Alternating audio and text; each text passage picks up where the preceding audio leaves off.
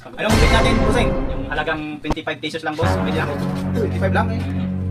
Sige, yung gupit ko. Mga pera, yung mga pera ko. Ah, Pwede. sige. Sige. Gaan natin.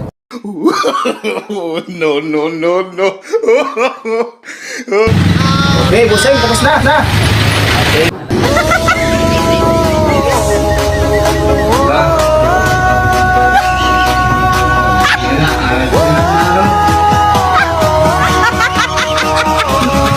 Tingnan ko nga. Ako! Ito na ba yung 25 pesos ko, idol? Tapos na ba to? Parang di pa tapos ah. Naku! Sabi mo, halagang 25 lang. Di halagang 25 lang yan. Hindi yan ganyan, idol. Dapat sabi mo, dapat. Wala na. Tapos na. 25 lang. Wala akong magagawa dyan. Ako, tingnan niyo ang idol oh. Alright, alis na ako. Balik ka!